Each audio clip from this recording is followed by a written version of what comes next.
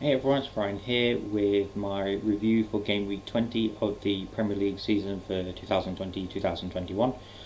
So I recorded this like last week's one on the Saturday, and I don't think I included the Aston Villa Newcastle game in that. If I did, I apologise. I'm just going to say it again here just for a backup. So it was Aston Villa 2, Newcastle 0. So Aston Villa, with their many games in hand, getting a win. We go to Tuesday the 26th of January. Southampton 1, Arsenal 3, another win for Arsenal, they're doing very well for themselves. West Brom 0, Man City 5. A bit of controversy in this match, as I can't remember which player it was, but it might have been Bernardo Silva, I think, but he was like near the goalkeeper, like basically near the opposing penalty area was the ball, and the last defender were a bit further up the field, and he came from behind to steal the ball, and basically that's how they scored, and apparently there's controversy towards that. My understanding of the rule originally was if, for example, the goalkeeper's got it, the player's out of play, so then the goalkeeper puts it on the ground, the player then can't come round and kick the ball, basically dispossess the goalkeeper in that way. I didn't realise it was the same for defenders. Like, I get the whole offside rule being like they were behind the last defender, but the thing is, it's in their possession. Like, I think that's sort of like when the players back pass it and it accidentally goes to a different player.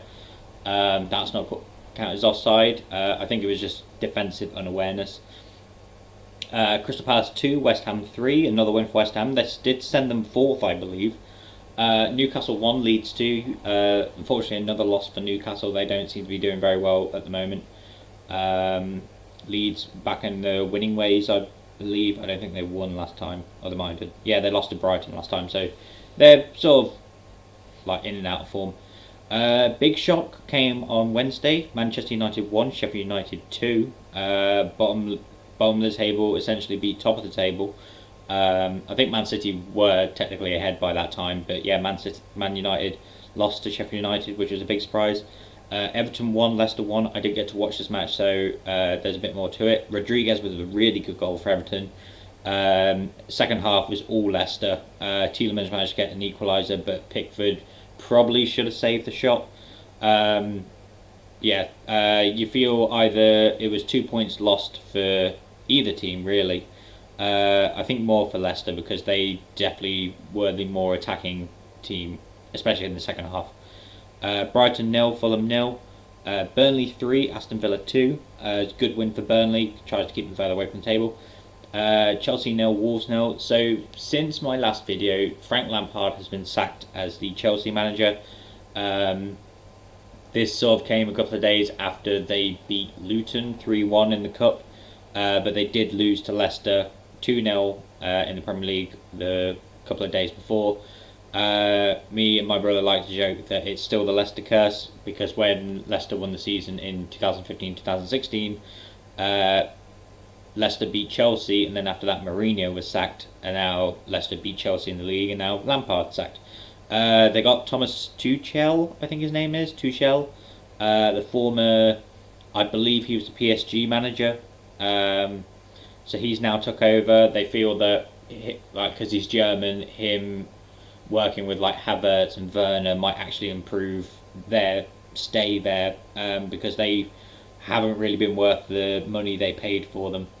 But yeah, they got a draw 0-0. I think they had some better chances, but yeah, like I said, it was a good draw for Wolves. I think without Jimenez and Jota, their attacking force isn't as good as it used to be.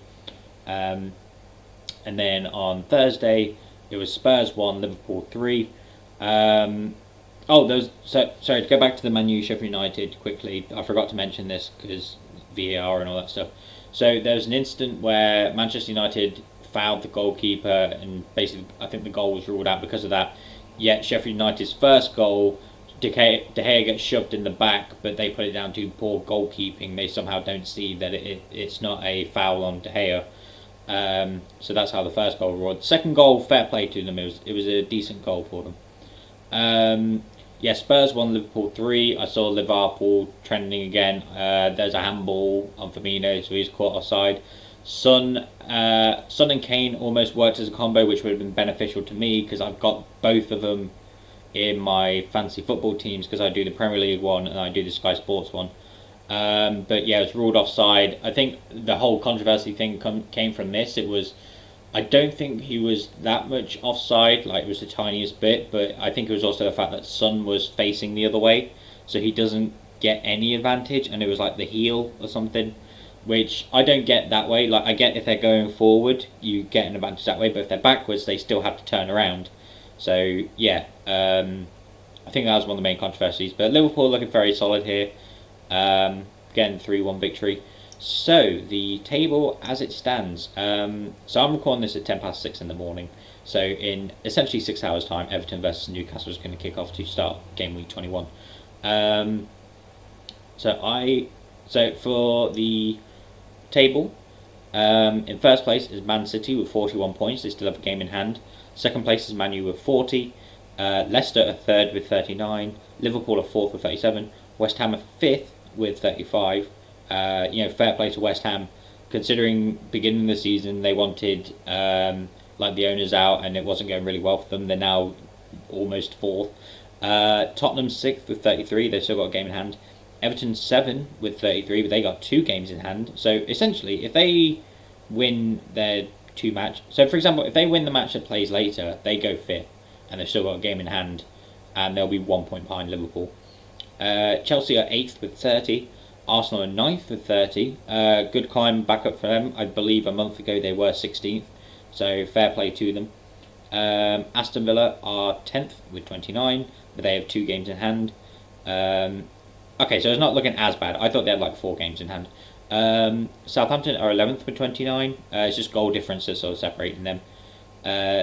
Leeds are 12th with 26. Wolves are 13th with 23. Crystal Palace are 14th with 23. Burnley are 15th with 22. Newcastle are 16th with 19. Brighton are 17th with 18. Fulham are 18th with 13. West Brom are 19th with 11. And Sheffield United are last with 8. Which, considering where they were 3 weeks ago, played 17 games, only had like 2 points, I believe. It's nice to see that they're getting a bit of form going. It seems to be they win in the cup, and then they win the next match, because that's when they got their other win. Was they won in the cup, so everyone jokingly said, "Oh, the Sheffield United back on track." And then they actually won their match, but I think they lost the next one, but then they won against Man U. Their next match, which I'll have a look. Again, like it's just they've got Man City next. I doubt, like, it's a crazy season, but I doubt that they're gonna beat Man City.